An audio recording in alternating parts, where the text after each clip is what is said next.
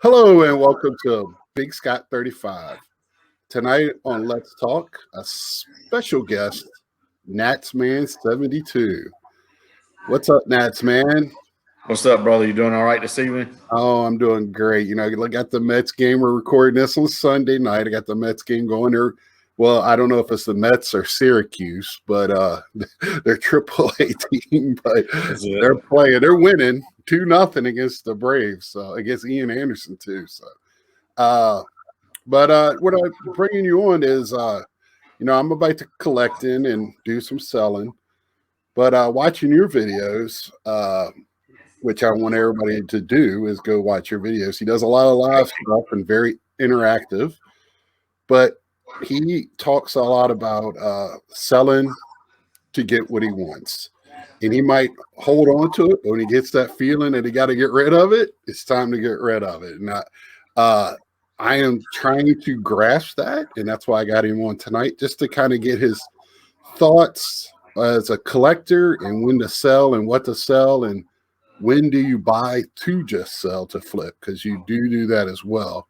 And that's part of the game right now. Even if we're in a dip or prices go down, I think that's going to be a forever thing now, part of the hobby. That's a bigger part than what it was before. So just before we get into all of that, I just want to get you, background a little bit. Me and you talked about this on your video when I was with you, and also just talking with each other. You came back into this, what, 6 years ago? Tell me a little bit about that. It just started dabbling about 6 years ago. I got out of the hobby. Just like everybody else, I grew up with it. I'm getting ready to turn 49, so I guess my earliest memories are being at like a dollar store kind of place called Family Dollar here in North Carolina.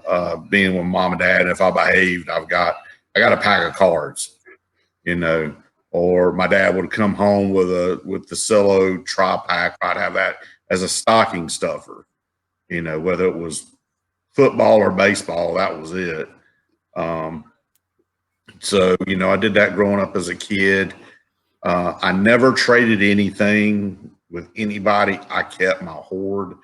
I still have a majority of it. After my parents passed away, was able to find all that stuff.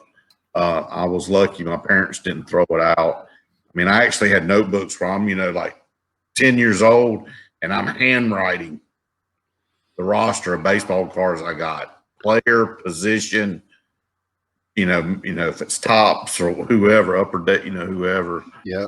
So, I did that, per player, per team, per card. I was like really analytic back as a kid, I guess, or anal.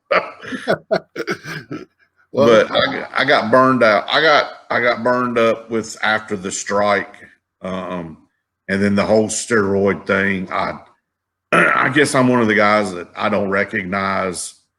They were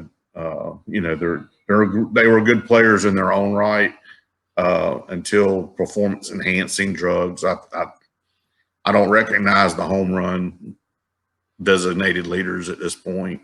I think the only true one is Roger Maris still. I don't think anybody's beat his record. right. Being honest, So I just got burned out, in life, and got back. I was a law enforcement officer in North Carolina for 20 years and had to medically retire, and I was looking for something to do. So that's when I really jumped both feet back in the hobby. And that's, it has been a learning experience, to say the least, with and PSA and auction houses and eBay and things. I mean, this year, the last 2 years have been crazy. So that's where I'm at. I'm a big Washington Nationals fan, even though I'm wearing my White Sox hat. They're my American League team. And they're Tell us a little bit why that is. The reason is because right next door to where I live is the single A team for the White Sox. And then where I grew up in Charlotte is the AAA affiliate for the White Sox. So I got to see Lou Bob play. Louis Robert. It's Louis Robert. It's not Louis Robert. He ain't French. Cuban. And at the ballpark, they asked him, "How do you say your name?" Louis Robert. Right. But Lou Bob too, that we have an emotional attachment to. Yeah, I wanted you to say that because I think because I have that. Me and you have a very similar background. Almost identical. I'll be 50 this year. That's about the only difference. I never got completely out of it, but I stopped. But I didn't get burned out. For me in the 90s when I didn't. Who knew it was an actual, what do they call it? The oversaturation of the cards. You didn't know it at the time. No, you didn't. Like we don't know now what now is late till later. But I just didn't have the funds, and my area wasn't robust in the card collecting community like some others must have been at that time. So me and you have a very similar. That's why I wanted you to go over it, because when people watch this channel, they're going to go, "Wow, these guys are very similar." And just like you, I grew up with the Richmond Braves next door to me, and everybody was a Atlanta Braves fan because of that. In the 90s, they were really good too, so that didn't hurt. But I've been a Mets fan since the 80s, and a Washington fan for the family because they moved into Washington, and our family kind of just took them on. So I know it's weird, but it is what it is, and I can like who I want to like. That's it. So we were been talking before. You like Lou Bob, but you will sell him now. What you were really getting into, because you're in Carolina, like you said, you're into Colby White, right? Am I saying that right? I'm not a basketball. I'm not a basketball guy either, but he played for North Carolina, right? And so then he went to the Bulls and.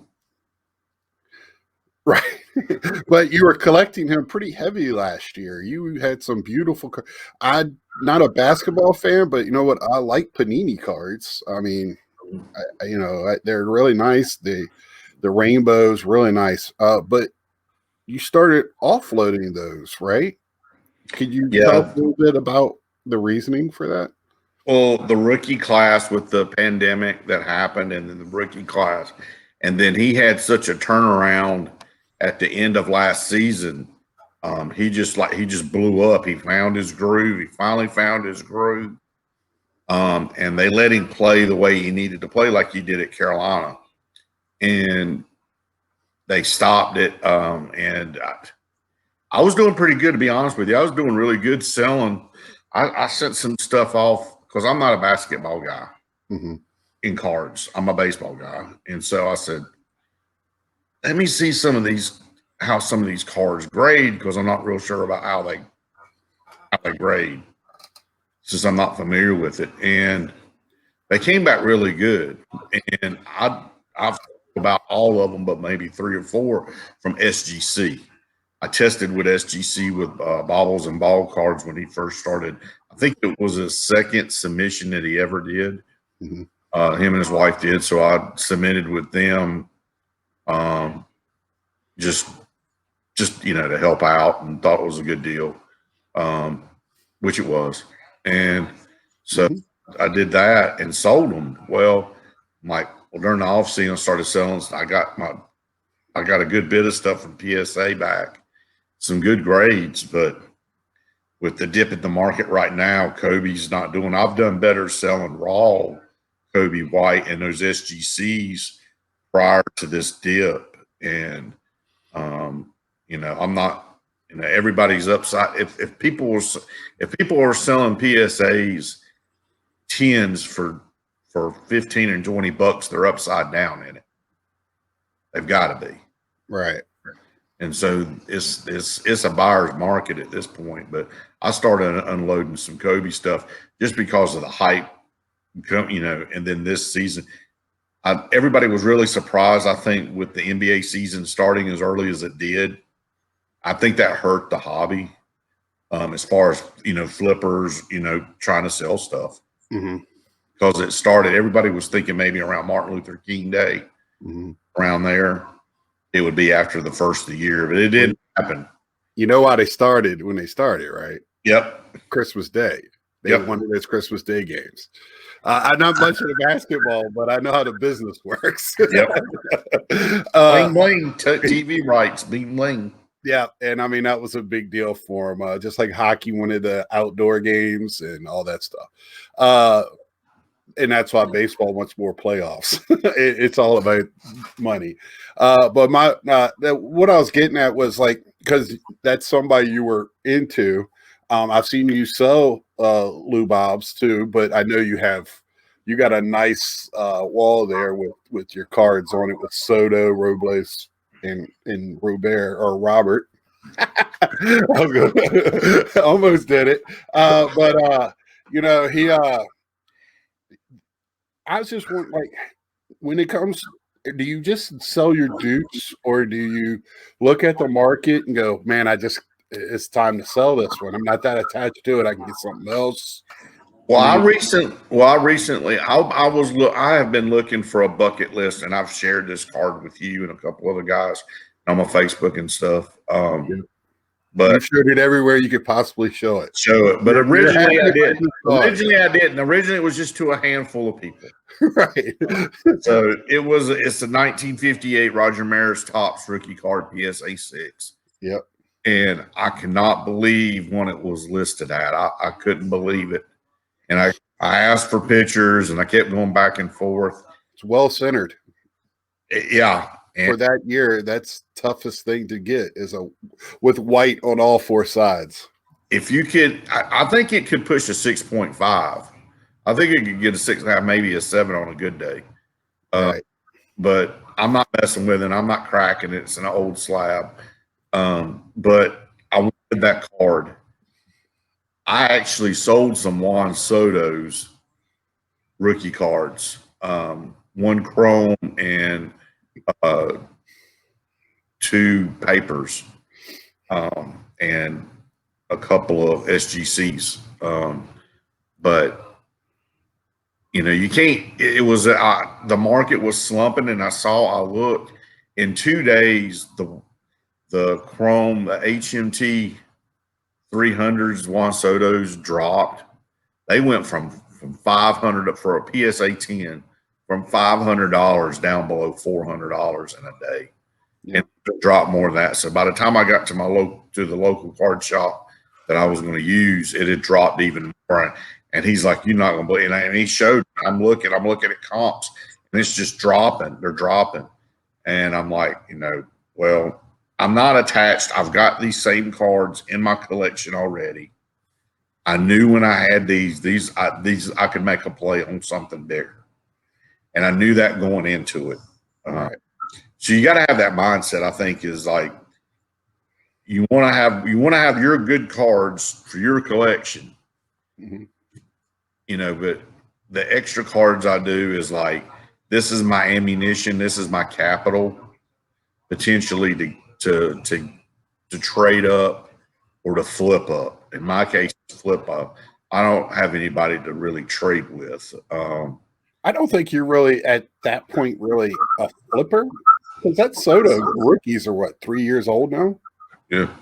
So I mean, to me, a flipper is like you took an Alec Baum, got it, sent it in 2 weeks later, you got it back, and you're selling it for 120 or whatever ridiculous number that card went for when it first came back from FBC. And I collect, like Wander Franco, but I've sold all of my Wander Francos except for 2 cards. Are the autos sold? The auto sold. Wow. Out for how much the auto went for, and that went back in January. And okay. I was like, wow. But you got that at the right time. Did that at the right time. So, and it's all about, what cards you get. The way I look at it is there's certain cards I'm keeping, and even if I can't sell a card, it's still in my collection. Right. Well, here's my question with the dip. Okay, you mentioned the dip. I mentioned the dip. Everybody's mentioned the dip. I talked about it last week on my Let's Talk. Uh, is it a dip when a card is 3 years old, a 3 year rookie that started out at what 80 to 120, went up to 400, and then came down to 300 or whatever, 250 or I know it comes down, but everything that's the way this hobby is. To me, it's a dip if it comes all the way back down to like 80 in a P. You know what I'm saying? Like, are we putting too much emphasis in this dip? Or I know in basketball, everybody wants to compare the Luka, but to me, the Luka, there's a problem with the Luka base.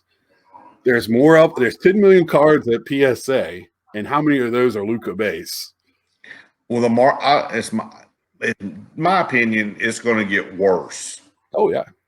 Because like you just mentioned, all these cards are coming out. I got an SGC order and a PSA order that came in yesterday. I'm looking forward to that. So PSA is pushing stuff out. GC's pushing stuff out. My concern is that the market's going to get flooded and you're going to see PSA 10s going for $20 as a norm, as a good price. That may have been $80-$90 before. I don't see how it's going to sustain. Nobody's buying. I'm seeing a lot of videos, seeing a lot of posts on social media. It's a buyer's market. It's like real estate. It's a buyer's market at this point. Well, if I can step in for 1 second. So you sold, because this year's rookie class for baseball, there is not an Acuna, there's not a Soto, there's not a Tatis. Unless we got another large part of the season, but right now I don't see any. They're good ball players, but nobody that's going to take the superstardom that those guys have. But Soto is 3 years now removed from being a rookie card, right? So most people already have that card that want that card. It's not like it was a limited card, the Heritage or the Chrome update. I think the value in Soto's rookie card is that he didn't have different, There's not many of them. He doesn't have a whole bunch of rookie cards like Tatis and Acuna does. Right. That's his main product is the Topps US 300 is his true rookie card. And I mean, I think there's X Factor and Refractor and I think I've seen a Sephora maybe. But there's not a lot of variations to it. So I think that just spins it, and then the caliber of player that he is. Right. Well, I think he's special. He's going to, as long as he stop having little nagging injuries, he'll be all right. Yeah. But that's because when I bring people on, that's what I'm going to kind of want to get into. It's like, I want to see what their idea is of like why, especially people like you that are on both sides of the fence. You sell and collect. You sell to help your collection. You're not in it just for selling. And I respect anybody that's in this hobby. We need everybody. We need the sellers because that's how I get my cards, right? So we need the flippers. And I don't understand with there not being a real true great rookie class, not taking anything away from these guys. No. How is a Bowman mega box at Target for $20-something and I'm looking on eBay and it's going, the cheapest I can find is like $60, as high as $100. Right. Nothing. What's in that product? Blaze. He's got the best name ever. I showed it to you last week. I pulled one. It's already gone out to get graded because it will be at JT Triple Crown's hands probably by next month. So that way I'm going to be flipping that one because I am not a Red Sox fan. And then I think later on, if I want that card, I could probably get it because I'm starting to think with the real world starting to open up, that has something to do. We got a lot of factors going on. Yeah, it's really crazy, with the economy, everything. We're getting ready to go into a recession if we're not in one already. I think we're always in recession, but yeah. So I mean, it's gonna. I mean, there's not all this quote free money floating around. Yeah. Well, the last one irritated me because never mind. We won't get into that. Yeah. But anyway, I mean, you know, as long as it gets to the people that need it. But anyway, you know, back to the cards. So, you know, trying to get back to, you know, the reasoning I had you on is because you are very open on how you do your. I like that I got this card and I'm selling it to get this card. You told us that, you know, you got a bucket list card, which is always good.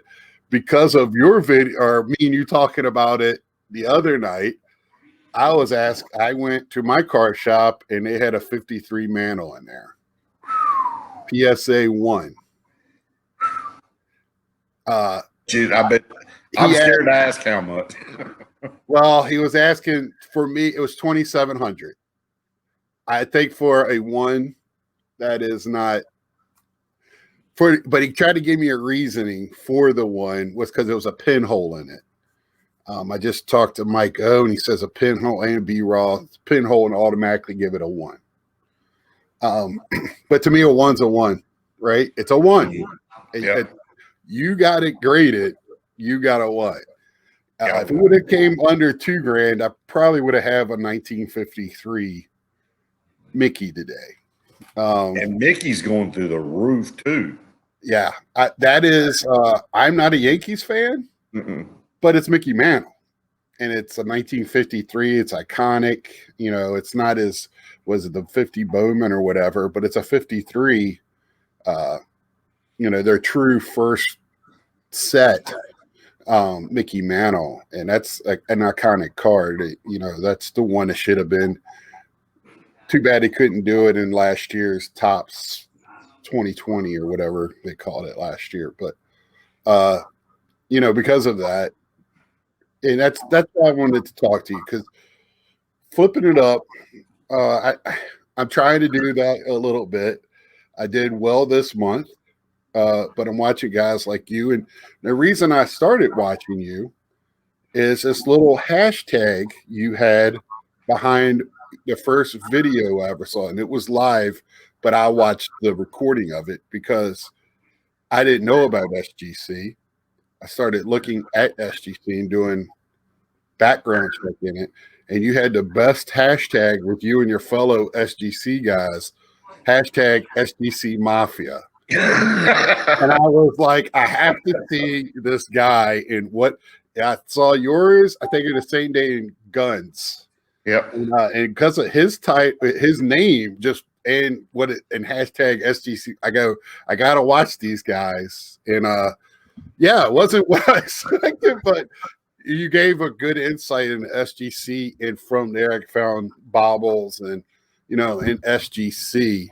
I don't use bobbles, but I still use SGC. What got you in the SGC? Was there a reasoning to go? I know you use PSA, but what made you go into SGC? I started like trying to educate everything. I watched Eric, those back pages episode, and he's not an SGC guy, but he's all about, you need to research. There's so many sites now where you've got to pay to get information and stuff like that. So I just started my own researching as much as I could. I came across Chili. I think he's now the golf player now, but Chili, the SGC collector, he was the first guy I watched, and he actually did a breakdown on SGC, and Cards did a positive comment on his video, and I went and clicked on him to see what he had about it, and started watching, and then I learned about the PSA Slapgate stuff, and was like, well, why am I sending my stuff there where I can send it to SGC? I can get it cheaper, get it done cheaper. It's for my PC. I'm not looking to make a bunch of money. flip some stuff, and I really wasn't into flipping it or selling it. At that time, it was PC only. Right. So, excuse me. So I went for, they were honest, an honest company. They had good reputation and good customer service, and great pricing at the time. So, and $8 for bulk at that time. Is that $8? Yeah, $8. Yeah. And the tucks, I like the tucks. Mm-hmm. Now there are some cards that you should not get graded in SGC, in my opinion. And I'll leave that there, but I don't want to piss anybody off. So, but yeah, there's some things that look SGC, it looks great. It just pops. And that's why I went with them. SGC, and I had an experience where they didn't do autos, and I had a card that I needed auto authentication on, and they didn't do it, and they were great, and I actually made a relationship. Andy Roffa, he ended up he's no longer with SGC, but he was pretty high up before he left. We built a relationship, still have a relationship now. So yeah, Andy was great. I couldn't ask for more, getting back into the hobby and learning about slabbing, and a vendor does that for you. Right. You deal with PSA. I've dealt with PSA and dealt with Beckett, and you're waiting on a phone call. Well, if you're lucky, you're gonna be waiting a lot. Because for me, we've talked about it before on just a one-on-one conversations. I probably didn't even get into grading until 4 or 5 years ago. I always thought it was a joke. I just thought it was a money grab. And now I see where it's needed in the hobby, where it's a place in the hobby, especially for older cards. I still question why we get new cards graded and why they jump in price. Why one day there were $8, and if somebody says it's a 10, now it's $140. I question that a little bit, but that's for the hobby to figure out. But the SGC was the same thing. I was having issues with PSA. They kept going up in their prices. For me, waiting a year wasn't that big of a deal, but if SGC can get them back to me in a month, what am I doing? And I didn't really care about the return on investment either. I like the look, and I saw that they've been around almost as long as PSA. And then when I found y'all guys, I was like, wow, they have an actual community on here. That was a selling point for me. So, and I just think I got cards at CSG. I think there's a room for all reputable companies. Me and you talked about that earlier today, or yesterday. We were texting each. I can't remember with the HGA scandal, which we don't need to talk about. But I just think that there's room for more than 2 or 3 reputable, whatever. And that only helps the consumer. It does. Competition, because everybody's saying that SGC is going to catch up with PS. They're not going to catch up. You need to don't worry about catching up. You find your own thing. Don't follow PSA. PSA is not going to follow SGC. They're not going to make a 9.5. They're not going to make another 10. Everybody has complained. All these guys, a lot of these guys that you see on YouTube, they pump and dump cards and certain slabs and product to include third-party grading vendors. And with that being said, you hear all I keep hearing is, well, they shouldn't have been sending in a $2 card. They shouldn't have been sending in these cards. It's none of your doggone business on what I send in to get graded. That's my business. Right. And if PSA wants my business or SGC wants my business, they take my card and they grade it. They're my money. That's right. It's yours. Well, they're saying that caused a delay. That didn't cause the delay. Cause the delay was you flip the flippers. Let's be honest. People flipping cards wanting to take a $5 card, flip it to a $100 card or more based on a grade. Because timing's everything in the hobby now. Yeah, you buy a case and then 40 base rookies. Yeah, and they're sending all this in at one time. That's what slowed it down. Yeah. Well, you got that going on, but it's just, I just don't understand how you can say that there's one grading company. PSA has moved, and it's my opinion that they're wanting to take BGS out for that tier one super fractor 101, ones of fives, those cards. They want those high end cards. Like you just said, SGC be SGC, PSA be PSA. SGC has a tremendous opportunity to take that middle income card base and make it theirs and run with it. Because you got Walmarts, you got Targets, you got Kohl's. You've been saying that for a year at least. Yeah, I agree. They're all making money. And you put that on top of their pre-war, what they're already known for. It's just no brainer to me with those guys. And they need to stop worrying about being PS. They tried it, twice. Don't. You got to be yourself. Find your own. I tell you what, Beckett you don't see them doing that. No, nobody talks about Beckett, but they still doing it. You still see their cars out there. I mean, and they're bringing money. Yeah, and they're quietly doing it, I guess. Yeah. One last thing, I guess, is like, what are you with the dip, with baseball this year? Kind of, we're in the grind. We're starting the summer months. What are you looking for now? Are you continuing with your nationals? Are you just working on your PC? Are you looking for opportunities? What is Natsman72 doing at the moment? I got a couple irons in the fire.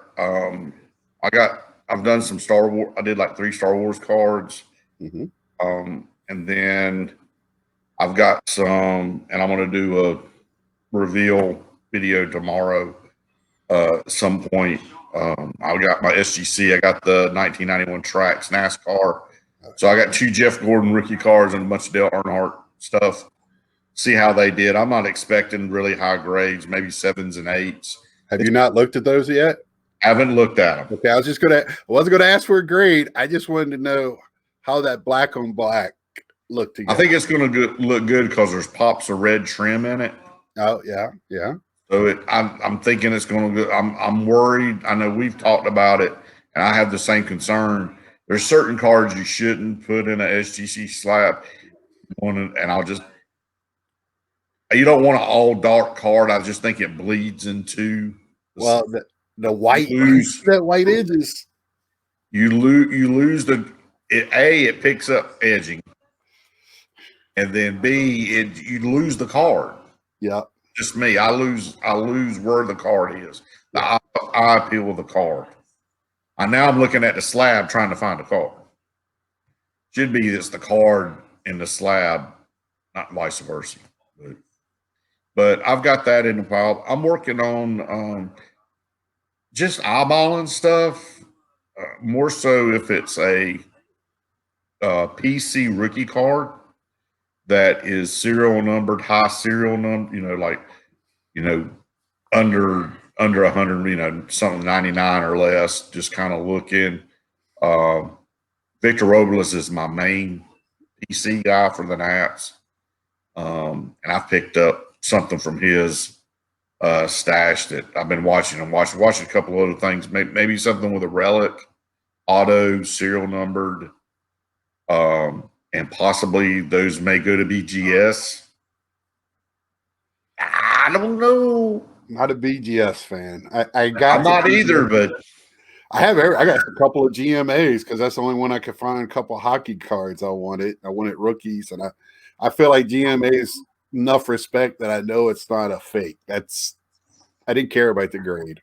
I wanted the card, and I wanted to know it was the card. So, that's I hear you on the numbering. As an old school, I just want to do a quick follow up with that. As an old school collector, does the numbering, is that a thing for you now, or because I have a hard time wrapping my head around it? I'm used to higher serial numbers. I'm used to one in, Like the old elites and yeah, like 1 in 1,000, 1 in 3,000, or 10,000. Something crazy. right. Is the number? Not 1 of 5. And oh my God, there's only 99 made, but then there's the green that's serial numbered, and I can't wrap my head around that because there's certain colors people don't want, but it could be it's serial numbered still. It's the same card, different parallel, but yeah, I'm I, still I old I school. have I have a I like collecting it. I think it's pretty, but when you tell me that a red it's numbered to 5 is 40 times more expensive than the base card because the artificial uh scarcity of it. Okay. Yeah, All right. I got a couple just to finish a rainbow, and it's like, but it's not high end stuff, so I'm Yeah, lucky. I have fun doing it. I just when it gets pricey, I'm okay. I'll just do without. I have the base card. I'll get a second one and color it. There was a Victor Robles red 1 of 5 as rookie card, and it's the horizontal one. Uh-huh. At one point, that sucker was going for like $14,000 or $16,000, and it's like, I love Victor, but wow. Yeah. I don't even know Victor would buy that. No. Yeah, so I was just when you said the numbers, I was like, I gotta do a follow-up question because I'm with you. I like it's fun collecting it. I'm always looking for 'em, especially Pete Alonso. And I really been working on his rookie card and a PSA. And I'll do a reveal on that one day and talk about waiting for some more to come back from PSA. But I just want to thank you, Natsman72. Where can I'm going to end it like a professional YouTuber. Where can we find you on the interwebs? On Facebook, it's Natsman72. Instagram, it's Natsman72. Those are the two social medias. And on YouTube, Natsman72. So those are my 3 outlets. Way to make it easy. That's it. It's easier. I spelled Big Scott with a 1, so that's very confusing. I remember asking you about it. I'm like, is this Big One Scott or what? Yeah, it's very confusing. It's a long story, and we don't need to get into it tonight. But there's a lot of Big Scots out there. We could just put it at that. So I want to thank you, Natsman, for taking the time to talk to me tonight, and I hope your Memorial Day weekend's going good. Hope it's warmer in Carolina than it is in Iowa. So I think we could have had a Christmas parade today. So.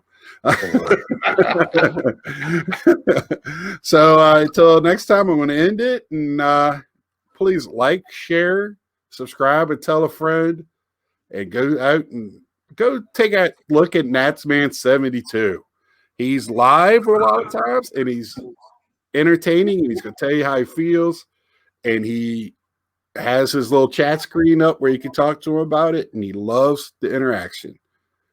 So give us your deuces there, and let's Deuces. later. Thank you.